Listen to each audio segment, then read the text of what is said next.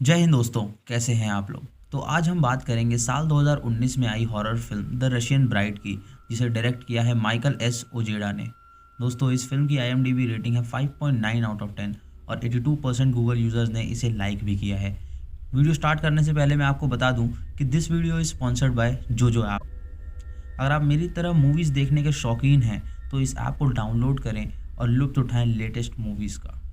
तो दोस्तों, आइए बिना कोई वक्त गवाए शुरू करते हैं आज की एक्सप्लेनेशन।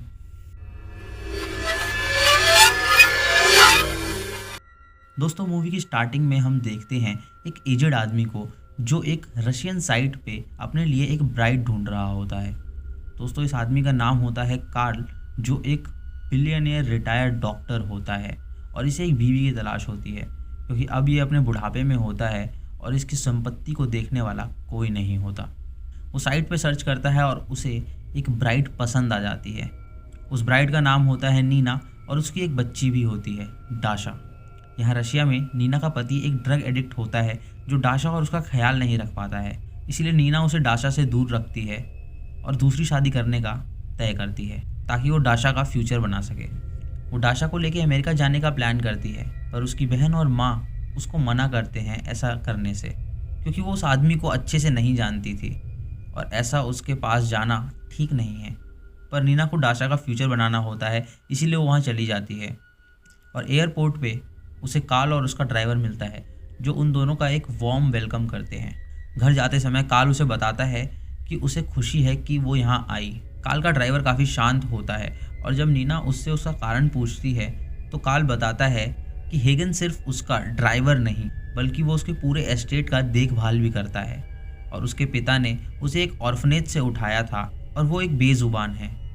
जब वो घर पहुंचते तो डाशा और नीना उसका बड़ा घर देख के बहुत खुश होते हैं। काल उन्हें बताता है कि एक ज़माना था जब उसके घर में पार्टीज़ और फंक्शंस हुआ करते थे, लेकिन अब यहाँ सिर्फ वही बचा है।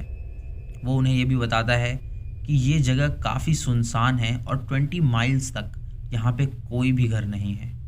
जब वो ये बातें कर रहा होता है तो हेगन डाशा की तरफ एक अजीब लुक से देखता है। ये देख के डाशा पूछती है कि क्या हेगन उनके साथ रहता है, तो कार्ल उन्हें बताता है कि नहीं, वो उनके साथ नहीं रहता, वो रोड के पास एक बान में रहता है। वो अंदर जाते हैं जहाँ कार्ल उसे मरिया से इंट्रोड्यूस कराता है, जो कि एक नौकर होती है। दोस्तों, यहाँ देखने वाली ये बात थी कि कार्ल उस मैंशन में अपने 2 नौकरों के साथ रहता है और वो दोनों नौकरों के एक्सप्रेशन से हमें लगता है कि वो कुछ छुपा रहे हैं। उसके बाद कार्ल उन्हें रूम्स दिखाता है जहाँ डाशा को एक रूम के क्लोजेट के अंदर एक आत्मा दिखाई देती है और वो उसे देख के चिल्लाने लगती है। जब कार्ल और नीना वहाँ आते हैं तो वहाँ कुछ भी नहीं होता, बस एक मैनिक्विन होती है। डाशा बताती है कि उसने एक औरत को देखा है, पर नीना को उसकी बातों पे यकीन नहीं होता है और उसे लगता है कि शायद वो मैनिक्विन देख के डर गई हो। नीना कार्ल से एक अनजान रूम के बारे में पूछती है तो वो उसे बताता है कि ये रूम उसके बेटे का था, जो मिटोकॉन्ड्रियल डिजीज़ के साथ पैदा हुआ था, जिसकी वजह से उसके सारे ऑर्गन्स डिस्ट्रॉय होने लगे थे और उसी वजह से उसकी बीवी उसे छोड़ के चली गई। दोस्तों, कार्ल के घर में पावर आउटेज भी होता है और कार्ल ने नीना और डाशा को एक रूम में जाने से मना कर रखा होता है और उन्हें एक फ़ोन भी प्रोवाइड करता है ताकि नीना अपनी माँ और बहन से बात कर सके। अगले दिन वो शादी करते हैं जहाँ कार्ल के कई मेहमान आए होते हैं और नीना की साइड से उसके अंकल यूरी आए होते हैं, जो अमेरिका में ही रहते हैं। डिनर के वक्त अंकल यूरी कार्ल से उसके क्लिनिक के बारे में सवाल पूछते हैं जहां एक लड़की की मौत हो गई थी ऑपरेशन के दौरान। कार्ल उस सवाल को घुमा फिरा के जवाब देता है। डाशा को एक लड़की ऐसा साइन बना के डराती है। दोस्तों, यहाँ कार्ल की फैमिली अजीब सी होती है और ऐसा लगता है कि वो सब कुछ ना कुछ छुपा रहे होते हैं। अंकल यूरी को उसकी बातों पे विश्वास नहीं होता है और वो वहाँ से जाने का फैसला करते हैं। नीना उन्हें गुड बाय करने जाती है तो अंकल यूरी उसे कहते हैं कि संभल के रहना, और वो वहाँ से चले जाते हैं। और जब वो कुछ दूर जाते हैं तो हेगन उनकी गाड़ी को ठोकर मार देता है और उन्हें जिंदा जला देता है, जिससे उनकी मौत हो जाती है। यहाँ रात को नीना कार्ल को ड्रग्स लेते हुए देखती है तो कार्ल उसे बताता है कि अब उसकी उम्र हो चुकी है और वो ये सब कर सकता है।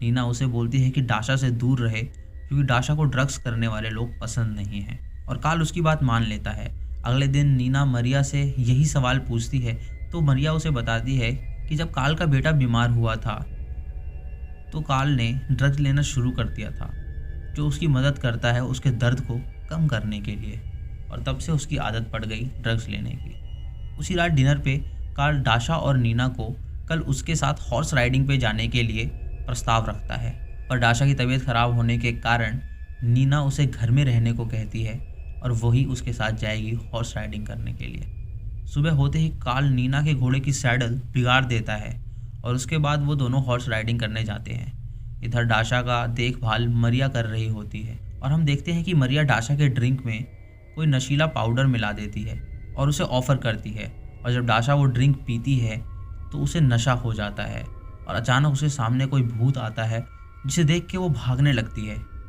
इधर हॉर्स राइडिंग करते वक्त नीना का सैडल टूट जाता है और वो ज़मीन पे गिर जाती है और बेहोश हो जाती है, और कार्ल देखता है कि वो अभी भी जिंदा है, तो वो उसे एक पत्थर से मारने की कोशिश करने वाला होता है, और तभी डाशा वहाँ आ जाती है और नशे की हालत में नदी में छलांग लगा लेती है। ये देखकर कार्ल रुक जाता है और डाशा को बचा लेता है, और तभी नीना को भी होश आ जाता है। वो सब घर जाते हैं और मेडिकल सपोर्ट लेते हैं। दोस्तों, इस सीन में हमें ये पता चलता है कि ये सब जो हो रहा था वो कार्ल और मरिया की सोची समझी साजिश थी।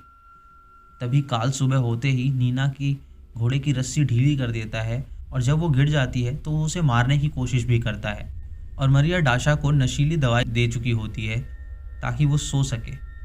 लेकिन दोस्तों, यहाँ हमें ये नहीं पता चलता कि वो ऐसा क्यों कर रहे होते हैं।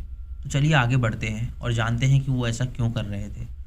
रात को सोते समय डाशा अपनी माँ को बताती है कि उसने फिर से उस घोस्ट को देखा जो उसे कह रही थी कि वो वहाँ से चली जाए वरना कार्ल उन दोनों को मार डालेगा। ये सुन के नीना को उस पर विश्वास नहीं होता। वो कार्ल के पास जाती है और उससे कुछ सवाल पूछती है, और कार्ल कहता है कि यहाँ कोई घोस्ट नहीं है और उसने खुद सैडल चेक किया था कि वो टाइट था और वो कैसे टूट गया उसे खुद नहीं पता। तभी वहाँ एक कॉप आता है जो उन्हें अंकल यूरी के एक्सीडेंट के बारे में बताता है। नीना को ये सुन के बहुत दुख होता है। अब नीना को वहाँ पे कुछ ना कुछ गड़बड़ लगने लगी थी। अगली सुबह जब वो खाना बना रही होती है तो वो किचन की खिड़की पे रन लिखा हुआ पाती है, और बाहर देखने पर हेगन वहाँ होता है। वो हेगन के पास जाती है और उससे पूछने की कोशिश करती है कि उसने ऐसा क्यों लिखा, पर हेगन तो बेजुबान होता है, इसीलिए वो उसे कुछ नहीं बता पाता और वो वहाँ से चली जाती है। उसी रात नीना देखती है कि कार्ल उसके बेड पे नहीं है, तो वो उसे ढूंढने जाती है और उसे मरिया की आवाज़ उस रूम से आ रही होती है जिस रूम में कार्ल ने उन्हें मना किया होता है जाने से। जब वो मरिया को आवाज़ लगाती है तो मरिया एकदम शांत हो जाती है। अगले दिन डाशा मरिया को बताती है कि कार्ल कल उसके रूम में आया था और उसे टच कर रहा था। ये सुन के नीना को बहुत अजीब लगता है और वो ये बातें अपनी माँ को बताना चाहती है, लेकिन उसका फ़ोन अचानक डिस्कनेक्ट हो जाता है। वो कार्ल से बात पूछती है तो कार्ल बहुत जल्दीबाजी में होता है, इसीलिए वो चला जाता है और वो बोलता है कि वो डिनर पे आके उससे ये बात करेगा। अब हेगन और डाशा एक अच्छे दोस्त बन चुके होते हैं और वो साथ में मूवी भी देखते हैं, और जब कार्ल वापस आता है तो नीना उसके लिए एक डिनर तैयार करती है, जहाँ नीना कार्ल से सवाल पूछती है कि वो कल डाशा के रूम में क्यों गया था और उसे क्यों टच कर रहा था। वो बताता है कि वो चेक कर रहा था कि नीना का फीवर उतरा या नहीं। वो नीना के सवाल सुन के बेकाबू हो जाता है, और जब नीना उससे कहती है कि वो कल यहाँ से डाशा को लेके चली जाएगी तो अचानक कार्ल एक स्कल्पचर से नीना पे वार कर देता है, जिससे वो बेहोश हो जाती है। और जब नीना को होश आता है तो वो अपने आप को बिना वस्त्रों के एक बेसमेंट में पाती है। उसे वहाँ बहुत ज़्यादा ठंड लग रही होती है और वो उस बेसमेंट में छानबीन करना शुरू करती है। तो उसे एक एल्बम मिलती है जिसमें कार्ल के पिछली बीवी और बच्चे की फ़ोटो होती है, जो ये दर्शाता है कि कार्ल पहले भी किसी लड़की से शादी कर चुका है और उस लड़की का भी बच्चा था। कार्ल सिर्फ उन्हीं लड़कियों से शादी करता है जिनके पहले से बच्चे होते हैं। दोस्तों, उसे वहाँ पे एक ब्राइड की कपड़े भी मिलते हैं जो शायद उसी लड़की के थे। वो उसे पहन लेती है और वहाँ से निकलने की कोशिश करती है।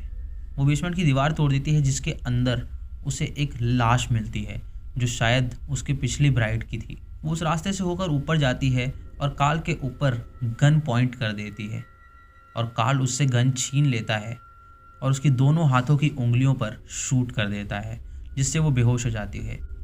होश आने पर कार्ल उसे बताता है कि उसने उसे इसीलिए नहीं मारा क्योंकि वो उसे पसंद करता है उसके बाद कार्ल उसे एक रूम में ले जाता है जहाँ डाशा को वो बेड पे पाती है और वो उसे अपने बेटे से भी मिलवाता है जो कि ज़िंदा होता है।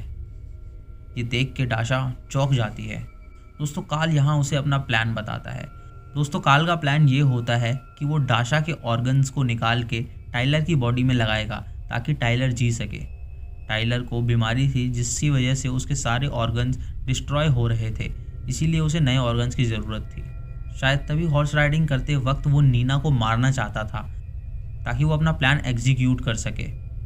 और डाशा को नींद की दवाई तभी दी गई थी ताकि उसका ऑपरेशन वो कर सकें। पर नशे में डाशा भागते भागते नदी के पास पहुंच गई और छलांग लगा दी और कार्ल को उसे बचाना पड़ा क्योंकि अगर वो मर जाती तो उसके बेटे के लिए ऑर्गन्स नहीं मिल पाते। तभी कार्ल उन्हीं लड़कियों से शादी करता है जिनके पहले से बच्चे हों ताकि वो उन बच्चों के ऑर्गन्स अपने बेटे में लगा सके। दोस्तों अगले सीन में मरिया डाशा को अलग रूम में ले जाती है और उसे मॉर्फिन इंजेक्ट कर देती है। तभी वहाँ हेगन आ जाता है और नीना को बचा लेता है। नीना उसे डाशा को बचाने के लिए कहती है तो वो डाशा को उठा के दूर ले जाने की कोशिश करता है, लेकिन तभी कार्ल उसे शूट कर देता है और मार डालता है। तभी कार्ल के सारे डॉक्टर्स ऑपरेशन के लिए वहाँ आ जाते हैं और सर्जरी करना स्टार्ट करने ही वाले होते हैं। नीना ये सोचती है कि अब वो क्या करे, तो उसका ध्यान ड्रग बॉक्स की तरफ पड़ता है। वो उसकी तरफ जाती है पर उसे नहीं ले पाती। तभी वहाँ पे एक आत्मा आती है और वो ड्रग बॉक्स उसके सामने गिरा देती है। नीना वो ड्रग्स लेके एकदम से पावरफुल बन जाती है और एक एक करके सबको जान से मारने लगती है। दोस्तों अब यहाँ मूवी हॉरर से एक्शन की तरफ रुख लेती है, जहाँ नीना सबको ऐसे मारती है जैसे कोई प्रोफेशनल किलर हो। वो एक एक को चुन चुन के मारती है जैसे उसमें जॉन विक की आत्मा घुस गई हो, और अपनी बेटी डाशा को बचा लेती है और उनकी मदद एक भूत भी कर रही होती है। दोस्तों ये भूत वही होती है जो कार्ल की पिछली बीवी होती है। ये उसी की आत्मा होती है जो उनकी हेल्प कर रही होती है। और इसी के साथ हम देखते हैं पुलिस वहाँ आ रही है और मूवी ख़त्म हो जाती है। दोस्तों जब आप ये फिल्म देखेंगे तो आपको इसकी स्टार्टिंग बहुत ही अच्छी लगेगी और मूवी काफ़ी ग्रिपिंग भी है, लेकिन इसकी एंडिंग कुछ हजम नहीं होती है। उसे मॉर्फिन दी गई, उसे ज़ोर से चोट लगी थी, उसकी उंगलियां काट दी गई, इतना सारा दर्द के बाद भी उसका सारा दर्द दूर हो गया एक ड्रग्स लेने से। चलो माना ड्रग्स लेने से दर्द दूर हो गया, पर वो ऐसे उछल उछल के मार रही है लोगों को जैसे उसे कुछ हुआ ही ना हो। और दोस्तों एक सीन में तो कार्ल भूत से बातें करते हुए दिखता है, और भूत से बातें ही नहीं, एक्चुअली वो उससे आर्ग्यू कर रहा होता है जैसे मियाँ बीवी लड़ रहे हों। अरे कौन सा आदमी भूत से यार ऐसे आर्ग्यू करता है। तो दोस्तों इसकी एंडिंग आपको कैसी लगी ये आप मुझे कमेंट सेक्शन में बताइएगा, क्योंकि भैया मुझे तो पसंद नहीं आई।